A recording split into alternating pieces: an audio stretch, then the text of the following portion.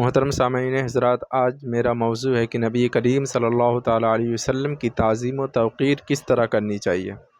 نبی کریم صلی اللہ تعالیٰ علیہ وسلم کی شان و عظمت کیا ہے؟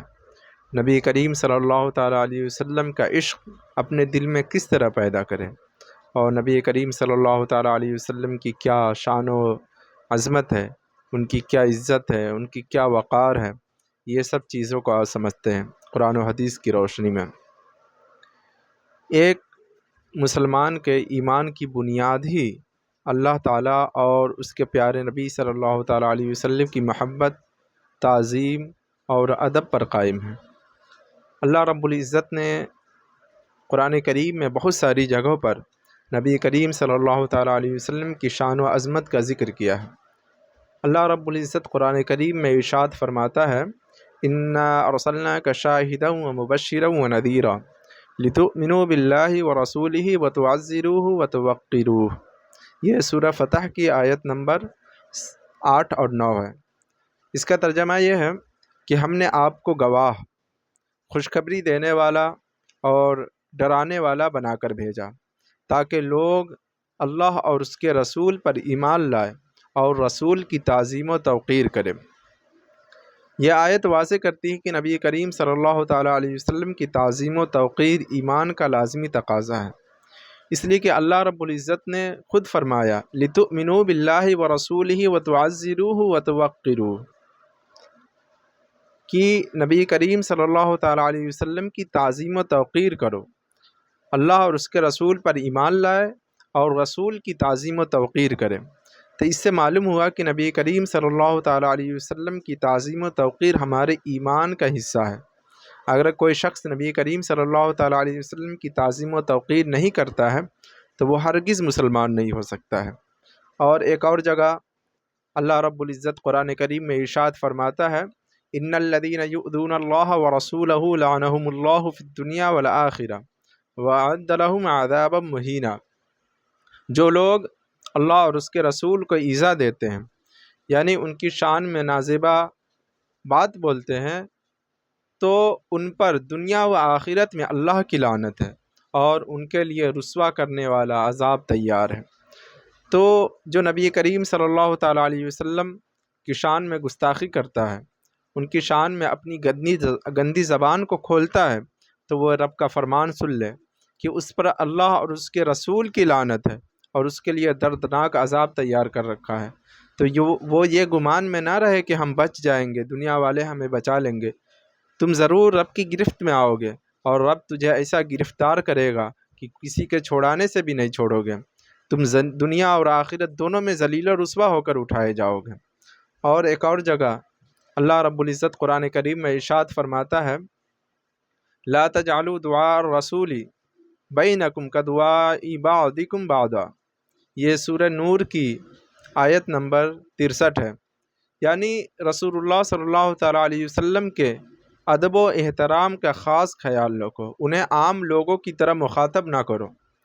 تو یہاں پر یہ ہے کہ نبی کریم صلی اللہ تعالیٰ علیہ وسلم کا خاص خیال رکھنا ہے، ان کو اپنے بڑوں کی طرح نہیں بلانا ہے، یعنی عام لوگوں کی طرح نہیں بلانا ہے۔ وہ ہمارے نبی ہے، ان کی تعظیم و توقیر سب سے زیادہ ہے اور سب سے بڑھ کر ہے۔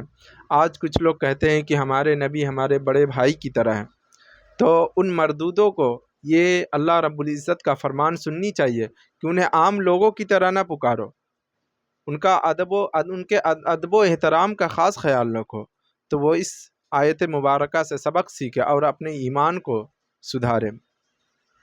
اور حدیث پاک میں ہے، اللہ کے نبی صلی اللہ تعالیٰ علیہ وسلم نے ارشاد فرمایا، یہ حدیث پاک حضرت انس بن مالک رضی اللہ تعالیٰ عنہ سے مروی ہے، فرماتے لا یؤمن احدکم حتی اکون احب الیہ من والدہ وولدہ والناس اجمعین۔ یہ بخاری اور مسلم کی حدیث شریف ہے۔ تم میں سے کوئی اس وقت تک کامل مومن نہیں ہو سکتا جب تک میں اس کے والد، اولاد اور تمام لوگوں سے زیادہ محبوب نہ ہو جاؤں۔ یہ کتنی بڑی بات ہے کہ انسان صرف یہ دعویٰ کرتا ہے کہ ہم رسول سے محبت کرتے ہیں، لیکن جہاں بات آتی ہے ان کے لیے قربانی دینے کی تو وہ پیچھے ہٹ جاتا ہے، سوچتا ہماری اولاد ہے، وہ کیسے رہیں گے، ہمارے ماں باپ ہے۔ لیکن حدیث پاک میں ہے کہ تم اس وقت تک مومن کامل نہیں ہو سکتے ہو جب تک تم اپنے اولاد، اپنے والدین اور تمام لوگوں سے زیادہ مجھ سے محبت نہ کرو۔ تو یہاں پر مومن کامل ہونے کے لیے ہمیں سب سے بڑھ کر نبی کریم صلی اللہ تعالیٰ علیہ وسلم سے محبت کرنی پڑے گی، تبھی ہمارا ایمان کامل ہوگا۔ ایک اور حدیث میں حضرت عمر رضی اللہ تعالیٰ عنہ نے عرض کیا، یا رسول اللہ، آپ مجھ پر ہر چیز سے زیادہ محبوب ہے سوائے میری جان کے۔ تو نبی کریم صلی اللہ تعالیٰ علیہ وسلم نے ارشاد فرمایا، نہیں، اس ذات کی قسم جس کے قبضے قدرت میں میری جان ہے، جب تک میں تمہیں تمہاری جان سے بھی زیادہ محبوب نہ ہو جاؤ تم مومن کامل نہیں ہو سکتے۔ اللہ اکبر۔ یعنی نبی کریم صلی اللہ تعالیٰ علیہ وسلم کو اپنے جان سے بھی زیادہ بڑھ کر محبت کرنی ہے، تب کامل ایمان والا ہو سکتا ہے۔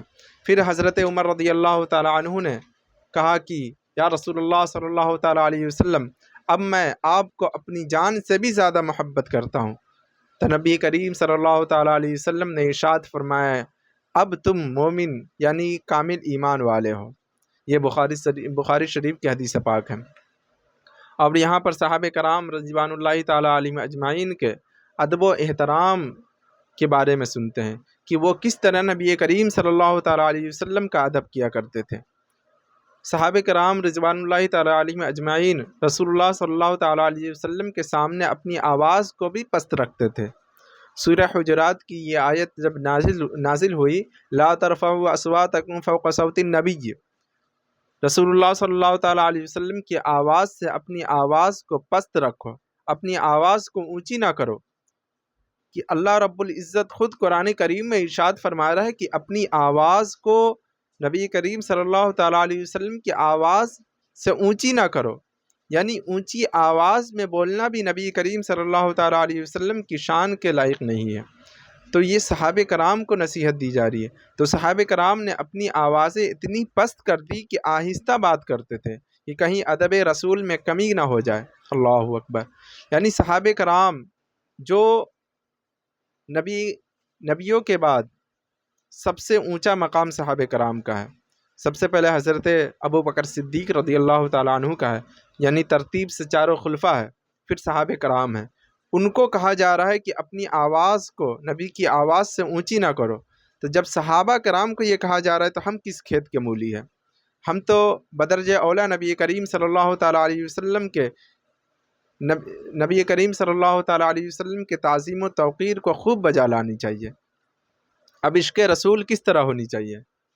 عشق رسول صلی اللہ تعالیٰ علیہ وسلم صرف نعرہ لگانے کا نام نہیں ہے، بلکہ سنت پر عمل، اخلاق حسنہ، نماز، سچائی، امانت داری، والدین کی خدمت، پڑوسیوں کے حقوق اور انسانیت کے ساتھ حسن سلوک کا نام نبی کریم صلی اللہ تعالیٰ علیہ وسلم کا عشق ہے۔ یعنی صرف زبان سے یہ کہہ دینا کہ ہم نبی کریم صلی اللہ تعالیٰ علیہ وسلم سے محبت کرتے ہیں اور وہ لوگوں کے ساتھ حسن سلوک نہیں کرتا، تو یہ کیسی محبت ہے؟ محبت تو اس کو کہتے ہیں کہ جس سے محبت کی جائے اس کی ساری چیز کو اپنایا جائے، ان کی باتوں پر عمل کیا جائے، ان کے ساری بتائی ہوئی چیزوں کو اس پر عمل کرنا ہی محبت کا نام ہے۔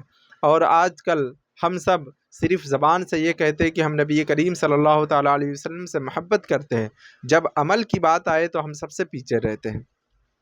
آج ہماری ذمہ داری کیا ہے؟ ہماری ذمہ داری یہ ہے کہ ہم نبی کریم صلی اللہ تعالیٰ علیہ وسلم کو سیرت کو پڑھیں اور جانیں، تاکہ ہمیں سمجھ میں آئے کہ نبی کریم صلی اللہ تعالیٰ علیہ وسلم کی تعظیم و توقیر کیا ہوتی ہے، ان کی شان و عظمت کیا ہے۔ ظاہر سی بات ہے، ہم پڑھیں گے اور اپنے علماء کرام سے سنیں گے تبھی تو ہم جانیں کہ نبی کریم صلی اللہ تعالیٰ علیہ وسلم کی شان و عظمت کیا ہے۔ اور اپنے بچوں کو ضرور نبی کریم صلی اللہ تعالیٰ علیہ وسلم کی سیرت پڑھائے، ان کی شان و عظمت کو بیان کرے، تاکہ ان کے دل میں نبی کریم صلی اللہ تعالیٰ علیہ وسلم کی تعظیم و توقیر پیدا ہو اور نبی کریم صلی اللہ تعالیٰ علیہ وسلم سے سچی عشق کرے، اور نبی کریم صلی اللہ تعالیٰ علیہ وسلم کو اپنی زندگی میں نافذ کرے۔ نافذ کرنے کا مطلب ہے ان کی تمام بتائی ہوئی باتوں پر عمل کرے اور ان کو دل سے تسلیم کرے۔ ہم اپنی جان، مال، اپنا وقت اور اپنی صلاحیتیں اللہ اور اس کے رسول کی اطاعت میں صرف کریں۔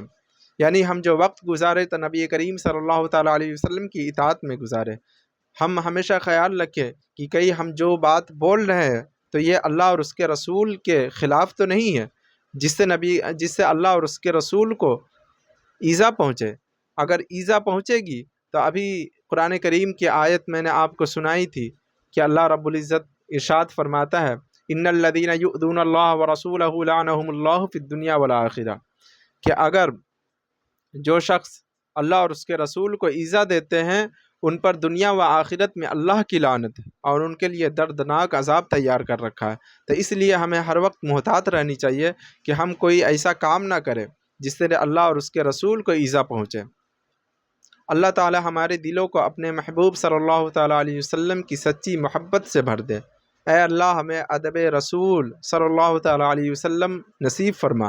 اے اللہ ہمیں قرآن و سنت پر چلنے والا، سنت کا محافظ اور اچھا اخلاق والا مسلمان بنا۔ ہم سب کو نبی کریم صلی اللہ تعالیٰ علیہ وسلم کی بتائی ہوئی باتوں پر عمل کرنے کی توفیق عطا فرما اور قرآن و سنت پر خوب عمل کرنے والا بنا۔ آمین بجاہ سید المرسلین صلی اللہ تعالیٰ علیہ وسلم۔